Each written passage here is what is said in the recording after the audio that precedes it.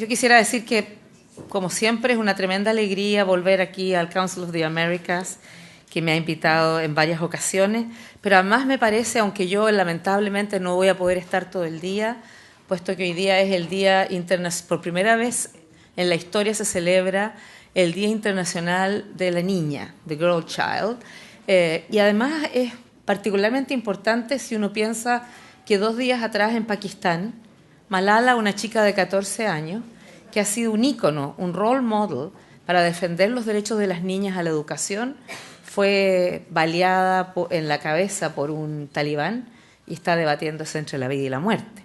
Y hoy día que celebramos los derechos de los niños, creo que pensar en Malala también tiene que ver con el tema que nos convoca, porque sabemos que uno de los factores esenciales para que una mujer tenga más oportunidades y entre otras se pueda empoderar económicamente es los niveles de educación a los cuales puede acceder. Sabemos muy bien que en la América Latina tiene una gran desproporción en términos de la participación laboral de la femenina, pero particularmente una tremenda desigualdad en términos de quiénes son finalmente los que tienen trabajo. La mayoría son los sectores con mayores niveles educativos y económicos, y también, por el contrario, la mayoría de quienes más requieren trabajo, que son también aquellas mujeres que quieren salir de la pobreza, son mujeres que generalmente tienen escasos niveles educacionales y además tienen condiciones de trabajo precarias y habitualmente en el trabajo informal. Bueno, no solo en América Latina, en todo el mundo. Pero antes de partir quisiera, en el tema específico, saludar y felicitar a la señora Margarita Zavala de Calderón, primera dama de México, por su premio tan merecido. Bueno, Margarita es una mujer brillante, pero además muy comprometida con la causa de los jóvenes y de las mujeres de su país. Y su liderazgo, sin duda, que es muy inspirador para muchas personas y un tremendo role model para mujeres y para niñas. Y espero que para jóvenes de ambos sexos también. Bueno, yo llevo 2 años dirigiendo esta organización que se llama ONU Mujeres y que fue creada haciéndose cargo de que las mujeres en el mundo aún viven en condiciones de desigualdad extrema. Y entonces, ¿cómo éramos capaces de generar un trabajo en conjunto con el resto de Naciones Unidas para incentivar que en los países se adoptaran políticas que tiendan justamente a generar igualdad de género y empoderamiento de la mujer? Y nosotros hemos definido como prioridad el empoderamiento político, porque creemos que para que en un gobierno y en un país se tomen en serio los temas de la mujer, las mujeres tienen que ser relevantes. Y una de las cosas esenciales, relevantes, para lo que son siempre relevantes, quiero decir, relevantes en los ojos de quienes toman decisiones y que tienen que ser enfrentados a múltiples presiones de múltiples grupos de interés. Y muchas veces, si las mujeres son débiles políticamente, no tienen una organización adecuada, muchas veces otros grupos de interés son los que predominan en la decisión de políticas, en la decisión de distribución de recursos, de política fiscal, etc. Nosotros hemos estado durante este tiempo compartiendo experiencias con mujeres de todos los continentes y tal vez una de las cosas que más impresiona es que más allá de que hay de la especificidad que puedan tener nuestras distintas culturas y regiones del mundo, hay una tremenda demanda común. Pero además de eso, hay una tremenda capacidad. Las mujeres son víctimas de violaciones todos los días de los derechos humanos. Sin embargo, las mujeres también son persistentes, resilientes y compartimos, yo diría, energía, fortaleza y gran perseverancia. Y hoy día, este es un ejemplo, aquí hay un grupo privilegiado de mujeres, porque nosotros estamos donde estamos acá, porque hubo antes un grupo de pioneras que recorrieron un camino y que nos abrieron espacio, además de los esfuerzos que cada una de nosotras puede haber desarrollado. Pero sin duda, aquellas pioneras enfrentaron barreras de discriminación y obstáculos para su desarrollo, su educación y participación. Lo digo esto porque para las jóvenes nosotros también somos como aquellas pioneras que tenemos que continuar haciendo un camino para justamente derribar los obstáculos que permiten que la mujer pueda llegar a un pleno desarrollo de sus capacidades y además en eso un gran empoderamiento económico, que es otro de los elementos centrales a nuestro juicio para que efectivamente haya igualdad de género. Ustedes son mujeres líderes en uno de los ámbitos además más relevantes para el desarrollo de un país y también de los más complejos, que es el mundo de los negocios, el mundo de la economía. Ahora, a mí me parece tan obvio y a uno le sorprende además que habiendo tanta evidencia que demuestra no solo que la mujer tiene derechos y que es justo invertir y pensar en cómo se generan las políticas que garanticen que las capacidades, la creatividad y el talento de las mujeres pueda florecer y pueda desarrollarse. Es justo, es la mitad de la humanidad. En la mayoría de los países, al menos entre el 49 a 50, y en muchas partes incluso más del 50%. Sin embargo, todavía en muchos documentos se habla de las minorías, mujeres y niños. Y mujeres y jóvenes constituyen hoy día la gran mayoría de la humanidad, de esos 7 billones de personas. Si nosotros hiciéramos un ejercicio de imaginación por un instante, lo que podría ser nuestras democracias, de nuestra convivencia o nuestras economías, si la mitad del mundo tuviera los mismos derechos que la otra mitad, las mismas oportunidades, si fuéramos capaces de terminar con la violencia de género y con las prohibiciones culturales y consuetudinarias que afectan el desarrollo de las mujeres y además limitan su participación política, su participación económica y cultural. Y la verdad es que sería un paso gigantesco en pos del bienestar de toda la humanidad y del progreso. Yo soy una convencida que si lográramos dar rienda suelta, unleash, como se dice en inglés, ¿no?, a la creatividad, a la energía y los talentos de las mujeres, la verdad es que este mundo sería distinto. Pero además creo que dar prioridad a las mujeres no es una opción, es una necesidad. Hay muchos estudios y el grupo McKinsey mostraba que frente, por ejemplo, a la crisis económica que hoy día enfrentamos, a la crisis financiera, y qué es lo que viene, cómo en un mundo donde hay miles donde el ritmo que se toman las decisiones, cómo se puede realmente en la economía tener productos rápidos, cómo se puede tener nuevos productos donde la creatividad, el talento es esencial, es evidente que la diversidad es un elemento básico, que no puede haber solamente hombres, no puede haber solamente hombres de un mismo tipo, no puede haber solo personas de una sola procedencia. La diversidad, y donde incluimos a las mujeres sin duda, es un elemento central. Pero McKinsey hizo un estudio muy interesante donde describió lo que a su juicio eran los factores clave para, en este mundo actual, lograr que una empresa fuera exitosa. Y describió, yo en este momento no recuerdo el detalle porque lo leí hace un tiempo atrás, 8 o 10 factores. Y de hecho, 8 o 10 factores, muchos eran compartidos por hombres y mujeres, pero 5 al menos de esos 8 factores, la mayoría de las mujeres lo tenían mucho más presente en términos de habilidades. Entonces, sin duda, y yo podría compartir con ustedes además todos los otros estudios que muchas de ustedes deben conocer, como los los que hacen en Davos, el reporte con el panorama económico mundial, donde los estudios de igualdad de género muestran que todos aquellos países donde hay mayor igualdad de género, el Producto Interno Bruto es más alto. Ahora, la historia que siempre se dice en algunos países, bueno, los países nórdicos son ricos y por eso pueden darse el gusto de tener políticas de género que permitan mayor igualdad y mayor acceso a las mujeres a todas las oportunidades.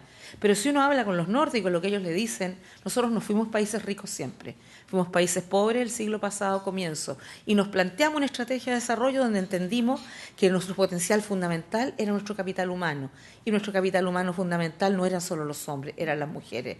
Entonces somos ricos porque incorporamos a las mujeres de un comienzo y no es al contrario, vamos a incorporar porque somos ricos.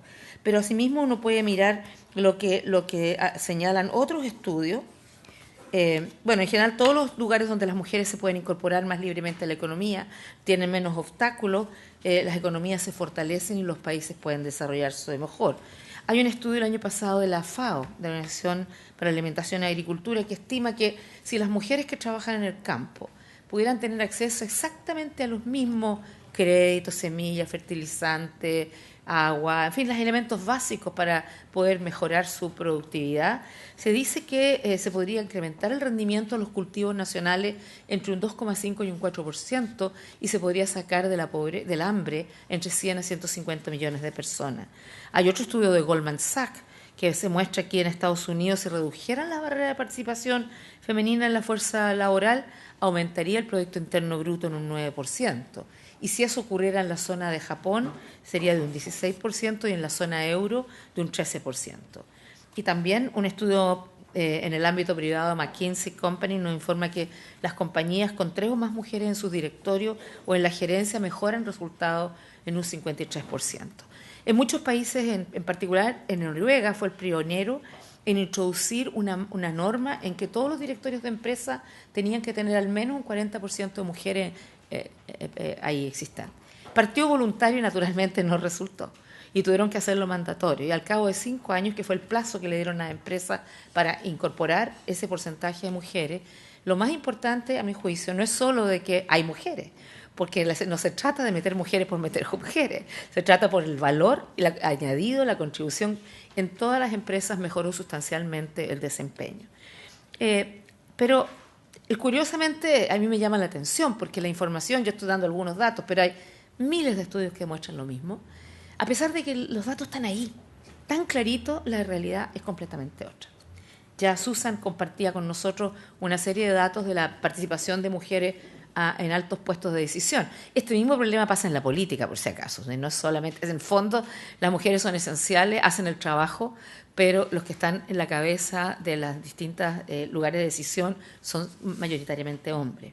Pero vemos a menudo que las mujeres no tienen todas las oportunidades y muchas veces son perjudicadas por índice de pobreza, por falta de oportunidades y por discriminaciones laborales. Y entonces, cuando nosotros hablamos de los desafíos del planeta, un desarrollo sostenible, la verdad que uno que sea duradero, que logremos paz real, que sea inclusivo, no va a ser posible si no es con mujeres. Y si estamos mirando en la región de la América Latina, las mujeres son más pobres que los hombres, 1,15 veces mayor. Y las niñas y los niños son más pobres que el resto de la población, de acuerdo a los datos de la CEPAL. Y nosotros sabemos que en nuestros países ha ido en crecimiento sostenido el número de mujeres jefas de hogar y con las consecuencias obvias que esto significa. Y la necesidad entonces de, al generar políticas públicas, de pensar en esta situación. Ahora, la inserción laboral de las mujeres ha sido históricamente lenta. Patrones culturales que han dejado a la mujer en casa o a cargo del cuidado del hogar o con un desarrollo personal limitado fundamentalmente a lo familiar.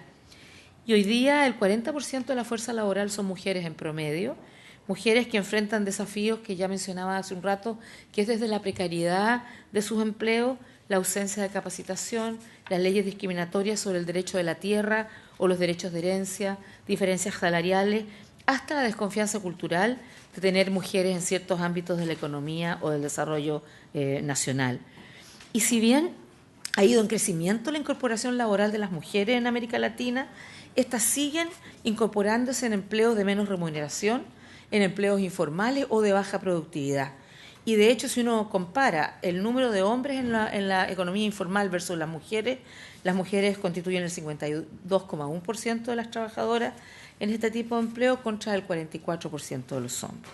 Ahora, ¿qué pasa entonces? Que eso significa que son personas que, si bien trabajan, no son capaces de poder salir de la pobreza y requieren además entonces de medidas, otras políticas sociales que permitan mejorar su estándar, que también les permitan medidas de protección social que no tienen el sentido del asistencialismo, sino por el contrario el sentido del empoderamiento económico y social, que les permita entonces, gracias a acceso a salud, a educación, a agua, a condiciones sanitarias, etcétera, ser una persona más plena y poder incluso tener mejores condiciones. Yo creo que especialmente importante todo esto para mujeres jefas de hogar, para mujeres migrantes, para mujeres que trabajan en zonas francas industriales, mujeres agricultoras y en muchos lugares mujeres indígenas o afrodescendientes. Ahora, los países estudiados por la OECD, los países de la región, en 2011, mostraron que las mujeres experimentan más en general, en el mundo, más dificultades por encontrar un primer empleo. Ganan menos que los hombres y tienen más probabilidad de trabajar a tiempo parcial. En la Unión Europea, por ejemplo, el 31,1% de las mujeres trabaja a tiempo parcial en comparación con el 7,9% de los hombres en el año 2008. Y las brechas de género salariales persisten en todas partes del mundo. Y se estima que oscila, bueno, es variable, obviamente, entre un 3 y un 51%, con un promedio mundial del 17%. Y un estudio de la OECD, como asimismo un estudio del Banco Mundial, muestran que hay una cantidad enorme de legislaciones y prácticas absolutamente discriminatorias, que tiene que ver con los derechos a la herencia, con las posibilidades de las mujeres de ser dueñas de la tierra, de acceder a crédito, llevar adelante un emprendimiento, con todas las consideraciones que hemos visto. Ahora, obviamente, si uno quiere incorporar más mujeres en el mundo productivo y abrir oportunidades, salir de la pobreza, requiere garantizar educación, por un lado, pero además tener una respuesta al tema de la economía del cuidado. O sea, cómo se puede compartir el cuidado y la labor del hogar. porque sabemos para todas, y muchas lo están viviendo probablemente en sus vidas, la incorporación de más mujeres al mundo del trabajo ha traído aparejado altos costos para ellas, su vida familiar y laboral. Y es lo que todos conocemos como la doble jornada femenina. Y yo recuerdo en mis épocas de joven haber leído unas revistas algo feministas, pero eran revistas así como revistas sencillas, no eran revistas intelectuales. Y había una editorial de una mujer que decía: he luchado toda mi vida por los derechos de la mujer, ahora soy una profesional exitosa, tengo tantos hijos, estoy separada, etcétera, etcétera. Al final terminaba diciendo: ¡ay, qué ganas de tener un jeque árabe que me mantenga y pueda descansar un poquitito!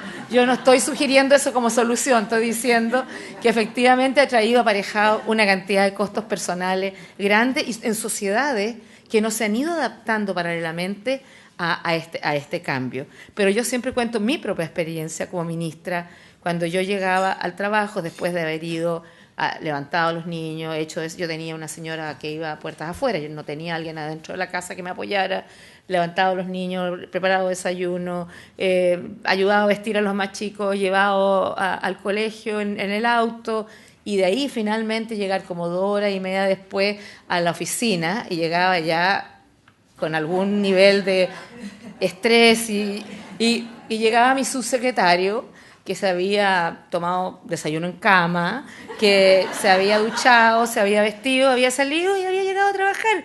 Y conversábamos esto de repente. Entonces me decía él: sí, es injusta la vida para las mujeres. Y claro, yo era una ministra y yo estaba muy contenta de hacerlo, pero tiene costos asociados y todos lo sabemos.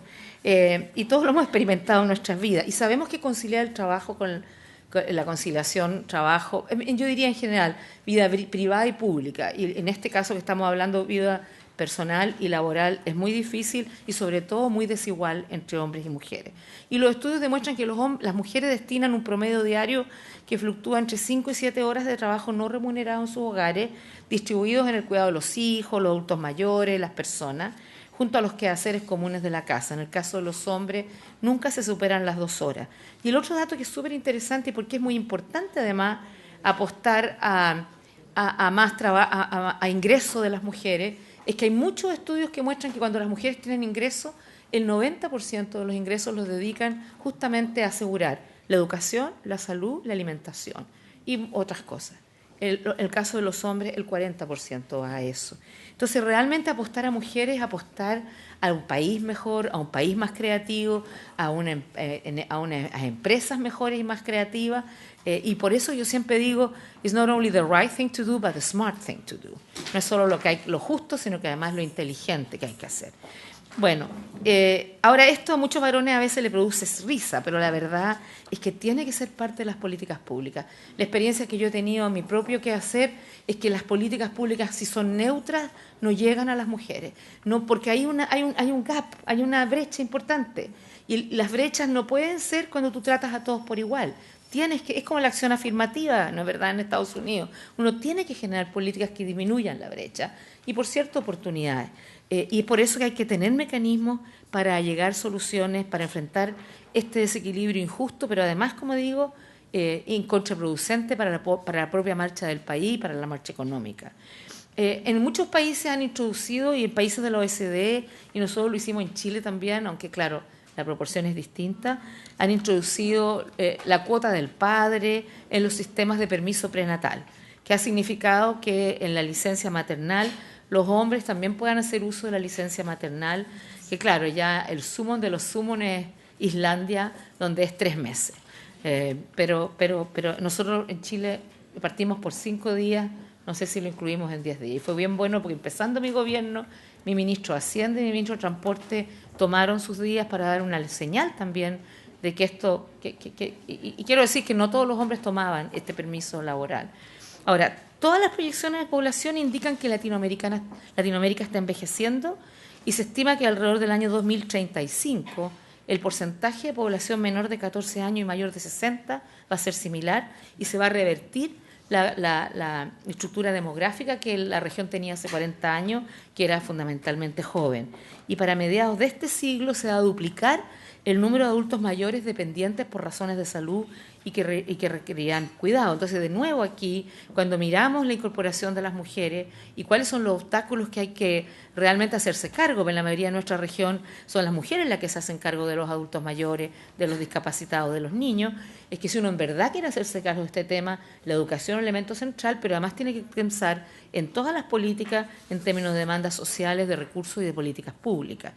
Ahora, ya mencionaba yo que la participación de la laboral de las mujeres es extremadamente estratificada y aún privilegia más a las mujeres de mayores recursos, mayor estudio, etcétera, que las mujeres pobres, que muchas veces esto sería un elemento central para salir de la pobreza. Y por eso también que es esencial generar políticas de largo plazo que permitan realmente incentivar la inserción laboral de las mujeres, ayudar a redistribuir la carga de trabajo no remunerado en los hogares y ampliar la extensión y cobertura escolar para los niños y niñas. Y esto va desde las cosas más diversas dependiendo de lo que estemos hablando. Si estamos hablando de empresas, compañías en una zona urbana, requiere un conjunto de políticas. Si estamos hablando de mujeres y participación laboral en el campo, requiere tener acceso a agua, acceso a energía. Se sabe que lo que se llama el unpaid care work, o sea, el trabajo no remunerado que establecen las mujeres cada día, es al menos un 30% de su tiempo, cuando tienen que ir a buscar agua a fuentes externas, cuando no tienen acceso a energía porque van a recolectar madera, etcétera. Entonces, si uno de verdad quiere hacer un avance fundamental, es indispensable tomar en cuenta. Y por cierto, algo que está muy cerca de mi corazón y que es central, que es ayudar a ampliar la extensión y cobertura escolar para los niños y niñas y sobre todo educación inicial.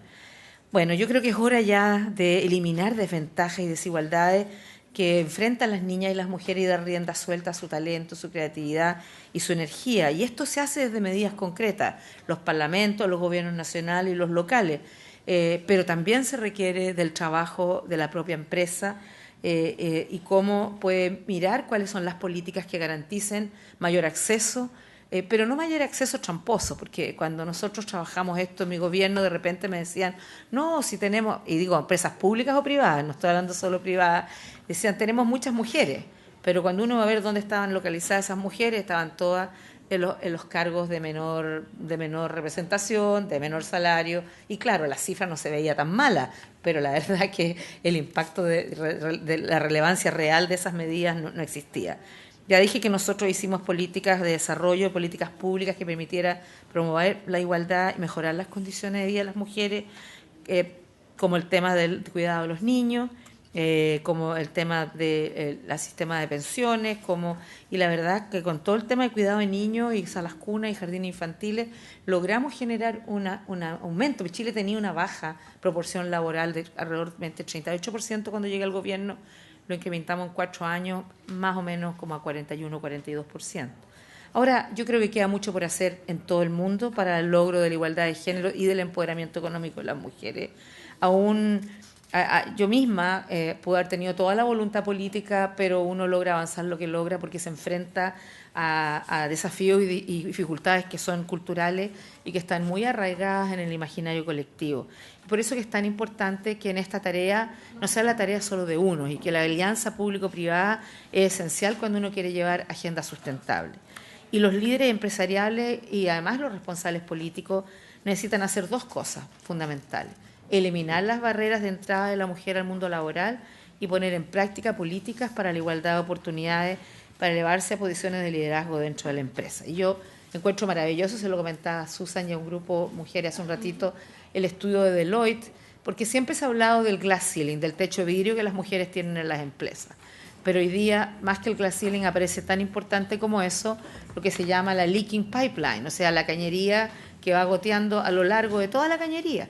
Y el estudio de Deloitte es fantástico porque muestra que estos sesgos, estos sesgos que son inconscientes, que incluso gente que está supuestamente comprometida con el tema de género los desarrolla todos los días. Y el ejemplo de Deloitte, que estuvieron 1 año tratando de incrementar el número de mujeres en altos niveles de posición y al cabo de 1 año habían fracasado.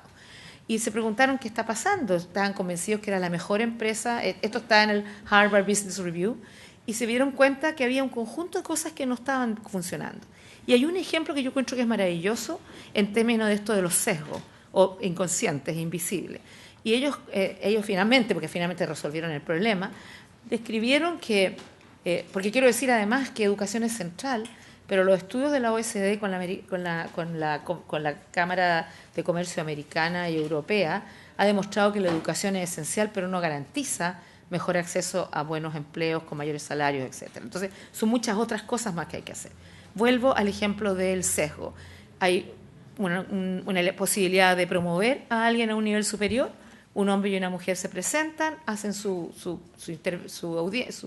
entrevista y la mujer lo hace regular, el hombre lo hace regular, se junta el panel y analizan el caso y dicen, la mujer tiene muy buenos antecedentes, tiene muy buena evaluación, la presentación fue regular, es insegura.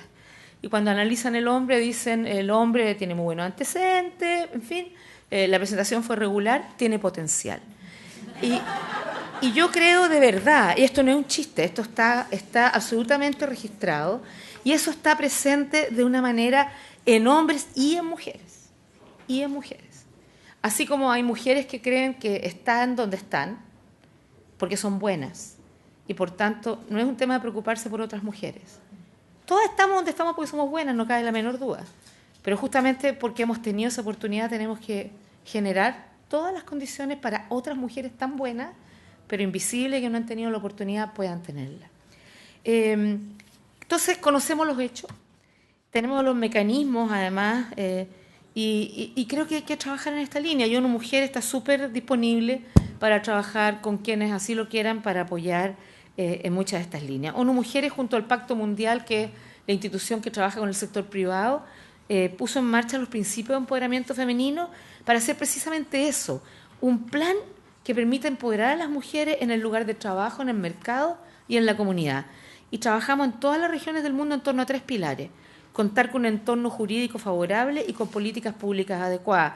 Los estudios del Banco Mundial señalan que en ciento y tantos países estudiados, 96 economías tienen leyes que son discriminatorias para el hombre y la mujer en muchas líneas, como en términos de movilidad, en términos de poder optar un trabajo, de poder firmar crédito, etcétera, obtener crédito.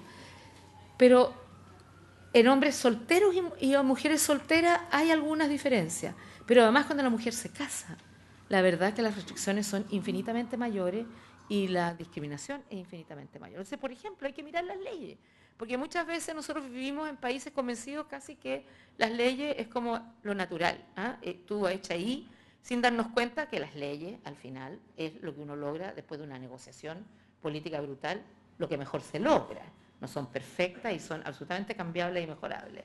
Conversaba yo el otro día con un primer ministro de un país del Pacífico y me decía que, yo le decía, pero usted tiene en su constitución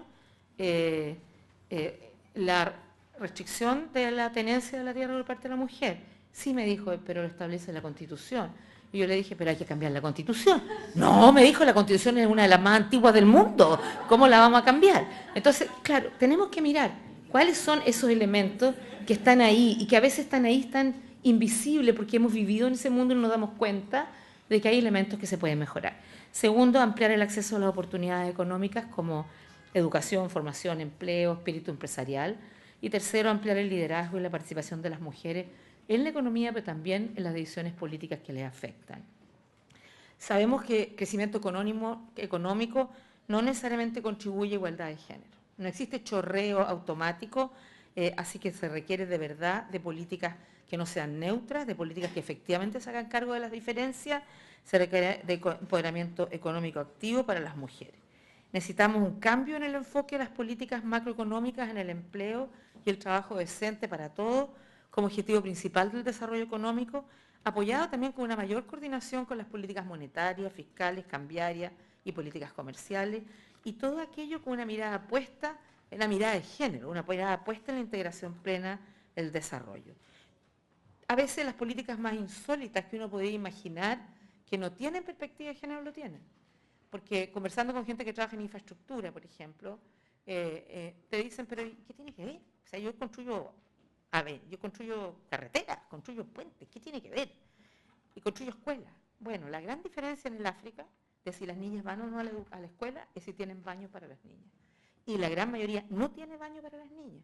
y es el lugar donde las niñas se las viola, porque bueno, se generan todas las condiciones que ustedes se puedan imaginar.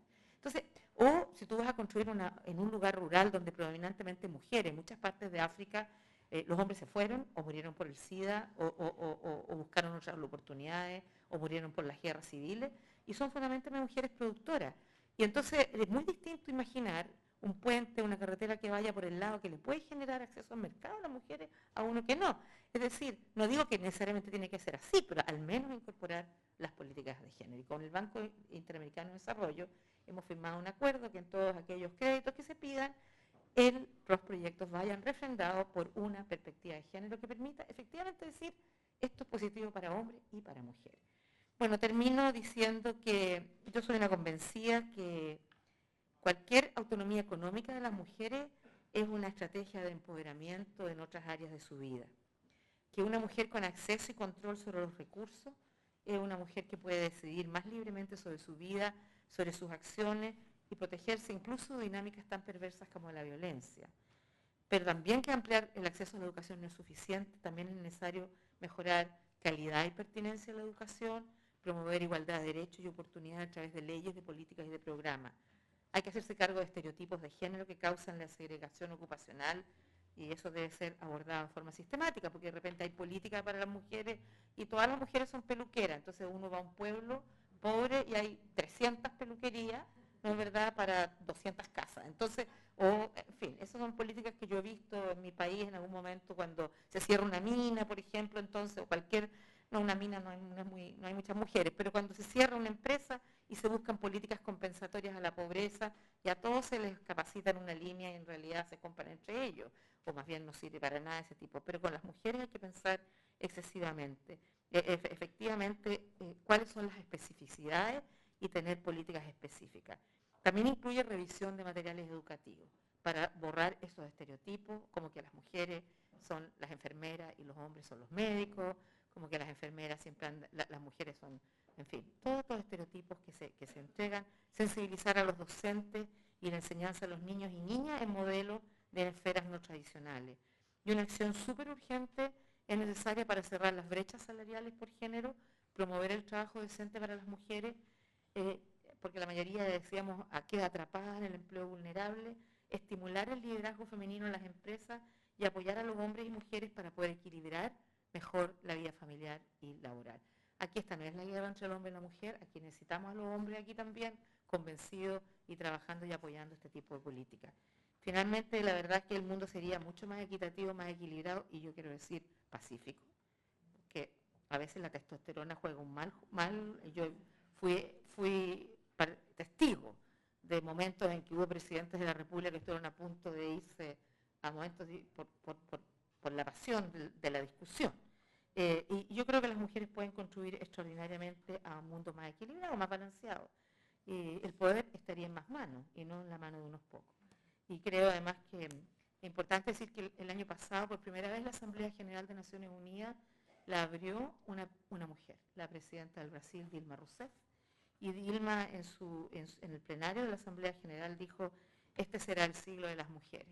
Y si bien la verdad que la tarea es gigantesca, esperamos que así sea, porque por un lado creo que solo puede ganar todo el mundo si las mujeres tienen las oportunidades y derechos, y además que creo que no hay límite a lo que las mujeres podamos lograr cuando fijamos nuestra meta en aquello. Muchas gracias.